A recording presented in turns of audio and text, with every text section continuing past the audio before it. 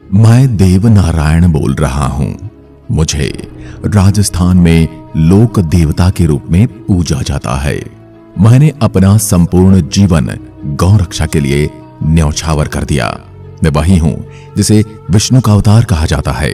मैं ही हूं जिसने नीम के पत्तों से दवाई बनाकर लोगों का इलाज किया, जिस वजह से मुझे औषधियों का देवता भी कहा जाता है।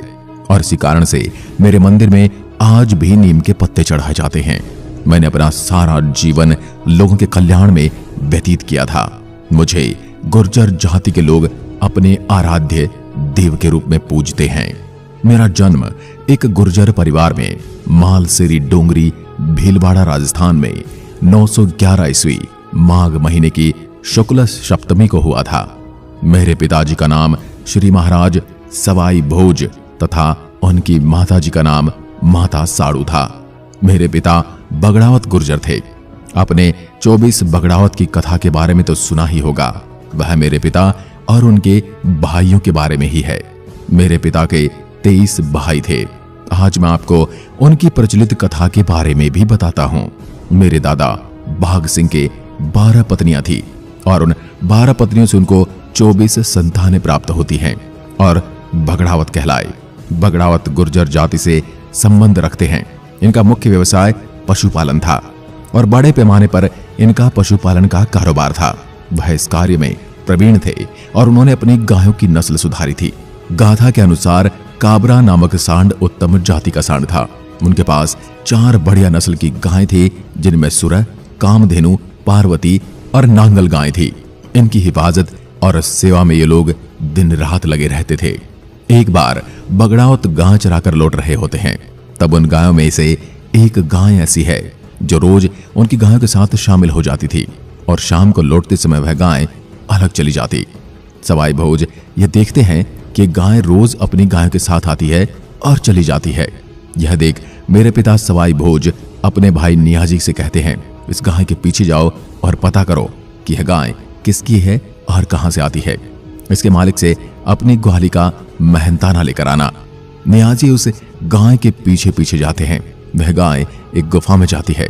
वहां नियाजी भी पहुंच जाते हैं और देखते हैं कि गुफा में एक साधु बाबा रूपनाथ जी धूनी के पास बैठे साधना कर रहे हैं। नियाजी साधु से पूछते हैं, महाराज यह गाय आपकी है? साधु कहते हैं, हाँ गाय तो मेरी ही है। नियाजी कहती है, आपको इसकी ग्वाली देनी होगी। यह रोज हमारी गायों के साथ चरने आती है, हम इसकी देखरेख करते हैं। साधु कहता है, अपनी झोली मांड। नियाजी अपने कंबल की झोली फैलाते हैं। बाबा रूपनाथ जी धूनी में से धोबे भर धूनी की राख नियाजी की झोली में डाल देते हैं। नियाजी राख लेकर वहां से अपने घर की ओर चल देते हैं। रास्ते में साधु के द्वारा दी गई धूनी की राख को गिरा देते हैं और घर आकर राख लगे कंबल को खूंटी पर टांग देते हैं। जब रात होती है तो अंधेरे में खूंटी पर टंगे कंबल से प्रकाश फूटता है। तब मेरे पिता देखते हैं कि उस कंबल में कहीं कहीं सोने व हीरे जवाहरात लगे हैं। तो वह नियाजी से सारी बात पूछते हैं। नियाजी सारी बात बताते हैं। बगड़ावतों को लगता है कि जरूर वह साधु कोई करामाती पहुंचा हुआ है। यह जानकर वो राख मायावी थी। मेरे पिताजी अगले दिन उस साधु की गुफा में जाते हैं और रूपनाथ जी को प्रणाम करके बैठ जाते हैं और बाबा रूपनाथ जी की सेवा करते हैं। यह क्रम कई दिनों तक चलता रहता है। एक दिन बाबा रूपनाथ जी निवृत्त होने के लिए गुफा से बाहर कहीं जाते हैं। पीछे से सवाई भोज गुफा के सभी हिस्सों में घूम घूम कर देखते हैं। उन्हें एक जगह इंसान के कटे सर दिखाई देते हैं। वह सवाई भोज को देखकर हंसते हैं। सवाई भोज उन कटे हुए सिरों से पूछते हैं, हंस क्यों रहे हो? तब उन्हें जवाब मिलता है कि तुम भी थोड़े दिनों में हमारी जमात में शामिल होने वाले हो, यानी तुम्हारा हाल भी हमारे जैसा होने वाला है। हम भी बाबा की ऐसी ही सेवा करते थे। थोड़े दिनों में ही बाबा ने हमारे सिर काटकर गुफा में डाल दिए। ऐसा ही हाल तुम्हारा भी होने वाला है। ये सुनकर सवाई भोज सावधान हो जाते हैं। थोड़ी देर के बाद बाबा रूपनाथ वापस आते हैं और सवाई भोज से कहते हैं कि मैं तेरी सेवा से प्रसन्न हुआ। आज मैं तेरे को एक विद्या सिखाता हूं।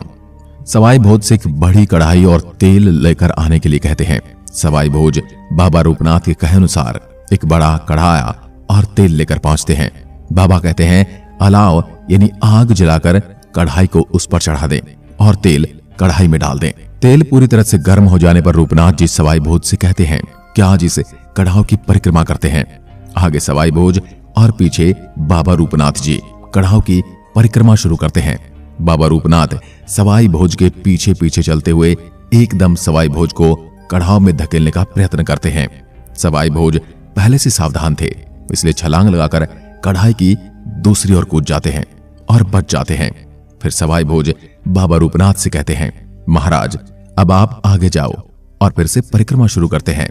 सवाई भोज एकदम जवान और ताकतवर थे। इस बार वह परिक्रमा करते समय आगे चल रहे बाबा रूपनाथ को उठाकर गरम तेल के कढ़ाई में डाल देते हैं। बाबा रूपनाथ का शरीर कड़ाव में गिरते ही सोने का हो जाता है। वह सोने का पौरसा बन जाता है। तभी अचानक आकाश से आकाशवाणी होती है, सवाई भोज तुम्हारी 12 वर्ष की काया है और 12 वर्ष की ही माया है, यानी 12 साल की ही बगड़ावतों की आयु है, और बाबा रूपनाथ की गुफा से मिले धन की माया भी 12 साल तुम्हारे साथ रहेगी। और एक आकाशवाणी ये भी होती है, ये जो सोने का पौरसा है इसको तुम पांवों की तरफ से काटोगे तो यह बढ़ेगा, और यदि सिर की तरफ से काटोगे तो यह घटता जाएगा। इस तरह इस धन को तुम लोग खूब खर्च करना, दान पुण्य करना। सवाई भोज को बाबा रूपनाथ की गुफा से काफी सारा धन मिला, जिनमें से एक जय मंगला हाथी, एक सोने का खांडा, बुली घोड़ी, सुरह गाय, सोने का पौरसा, कश्मीरी तंबू इत्यादि दुर्लभ चीजें लेकर सवाई भोज घर आ जाते हैं। घर आकर सवाई भोज बाबा रूपनाथ व सोने की पौरसी की सारी घटना अपने भाइयों एवं परिवार को बताते हैं। इस अथाह संपत्ति का क्या करें ये विचार करते हैं। इतना सारा धन प्राप्त हो जाने पर भी बगड़ावत अपना पशुधन और बढ़ाते हैं। सभी अपने लिए घोड़ी खरीदते हैं और सभी घोड़ी के लिए सोने के जेवर बनवाते हैं। ऐसा कहा जाता है कि बगड़ावत अपने सभी घोड़े के सोने के जेवर कच्चे सूत के धागे में पिरोकर बनाते थे। उनके घोड़े जब जब दौड़ते थे तब तब जेवर टूटकर गिरते रहते थे और दोबारा जेवर बनवाते थे। आज भी ये जेवर कभी कभी बगड़ावतों के गांव के ठिकानों पर मिलती है। बगड़ावत खूब जमीन खरीदते हैं और अपने अलग अलग गांव बसाते हैं। सवाई भोज अपने गांव का नाम गोठा रखते हैं। बगड़ावत काफी धार्मिक काम करते हैं, तालाब और बावड़ियां बनवाते हैं और जनहित में कई सारे काम करते हैं। बगड़ावतों के पास काफी संपत्ति होने से वो काफी पैसा शराब खरीदने पर भी खर्च करते हैं और अपने घोड़ों को भी शराब पिलाते हैं। यह मेरे परिवार के बारे में प्रचलित कथा का एक छोटा सा अंश मात्र है, मैंने आपके सामने रखा है। मेरे जन्म को लेकर भी माना जाता है कि मेरा जन्म मेरी मां की कोख से नहीं होकर कमल के फूल से हुआ था। मेरे पिता ने 2 विवाह किए थे, जिसमें से एक उज्जैन के रहने वाले सामंत दूधा खटाना की पुत्री साड़ू खटानी के साथ किया था, जो कि मेरी मां है, और दूसरी कोटपुतली के रहने वाले पदम पोसवाल की पुत्री पद्मा थी। राजस्थान में मारवाड़ के पास में एक जगह थी जिसका नाम गढ़बुआल, जहां की सीमांत इड़दे सोलंकी थी। उनकी राजकुमारी जिसका नाम जयमती था, वह मेरे पिता से काफी प्रभावित थी, इसलिए वह उनसे विवाह करना चाहती थी। दूसरी तरफ सोलंकी जी की जयमती का विवाह किसी और से करना चाहते थे। उनका नाम था राणा दुर्जनसाल, जो कि राण के राजा थे, किंतु विवाह में सहमति नहीं होने की वजह से राणा दुर्जनसाल और सवाई भोज के बीच युद्ध छिड़ गया और राणा दुर्जनसाल ने अपनी सेना के साथ मिलकर बगड़ावतों का वध कर दिया। लेकिन इस युद्ध से दुर्जनसाल को कोई फायदा नहीं हुआ, क्योंकि इसमें जयमती की भी मृत्यु हो गई थी, जिसकी वजह से राणा दुर्जनसाल ने सवाई भोज का पूरा वंश खत्म करने की ठान ली। इस युद्ध में मेरे पिता के साथ उनके भाई भी मारे गए।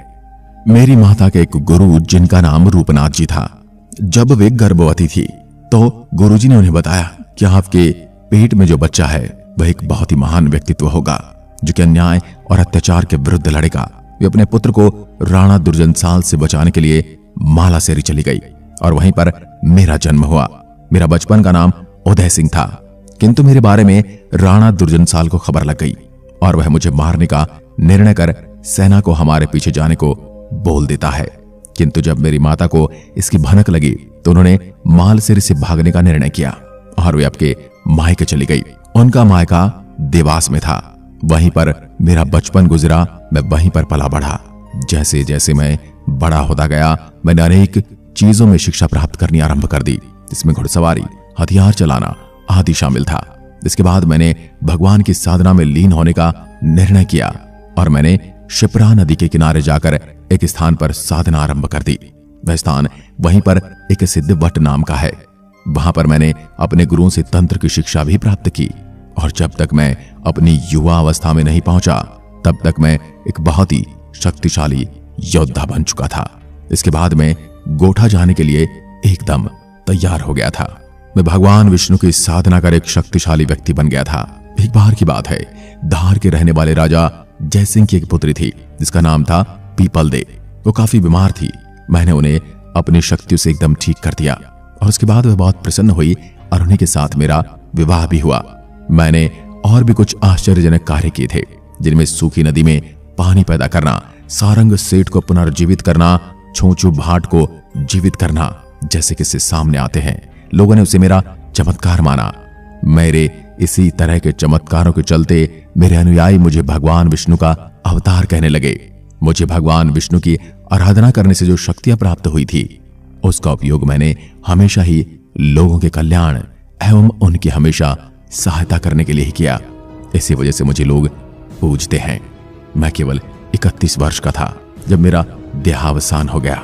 कुछ लोगों का कहना है कि वह तिथि जब मैंने अपना देह त्याग किया था बैसाख के शुक्ल पक्ष की तृतीय तिथि थी, जिस तिथि को अक्षय तृतीया भी कहा जाता है।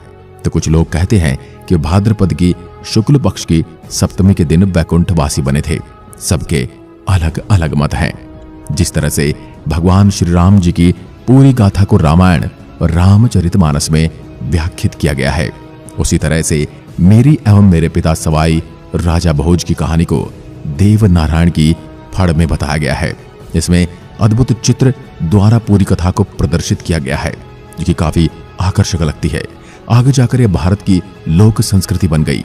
इस फड़ में 335 गीत हैं, जिनका लगभग 1200 पृष्ठ में संग्रह किया गया है एवं लगभग 15,000 पंक्तियां हैं।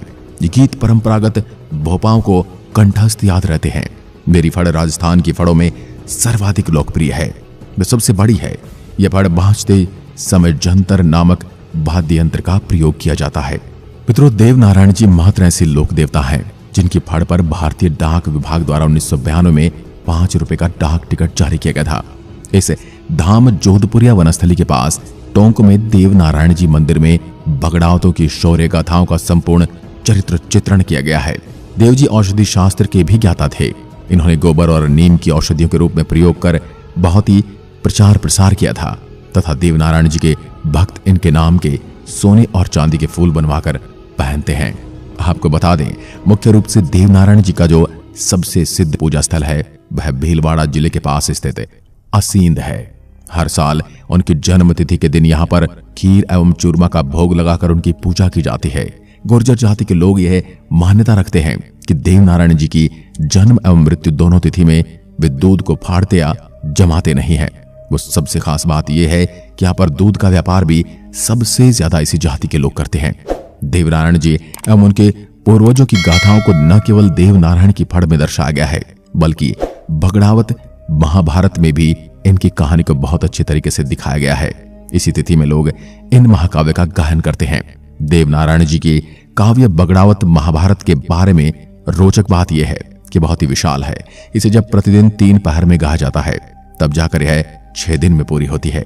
आपको बता दें, मेवाड़ शासक महाराणा सांगा का आराध्य देव देव नारायण जी थे। इसी कारण देव डोंगरी चित्तौड़गढ़ में देव नारायण जी का मंदिर निर्माण राणा सांगा ने ही करवाया था। वीर देव नारायण जी पर एक फिल्म बन चुकी है। फिल्म में देव नारायण जी की भूमिका नाथू सिंह गुर्जर ने की थी। नाथू सिंह गुर्जर बीजेपी के नेता, सांसद, विधायक और राजस्थान राज्य के मंत्रिमंडल में मंत्री भी रह चुके हैं। आपको वीडियो में दिखाई गई जानकारी कैसी लगी, हमें अपना मत लिखकर जरूर बताएं। एक बार फिर मिलते हैं एक और ऐसे ही दिलचस्प और महान गाथा के साथ। तब तक के लिए नमस्कार। जय हिंद, जय भारत।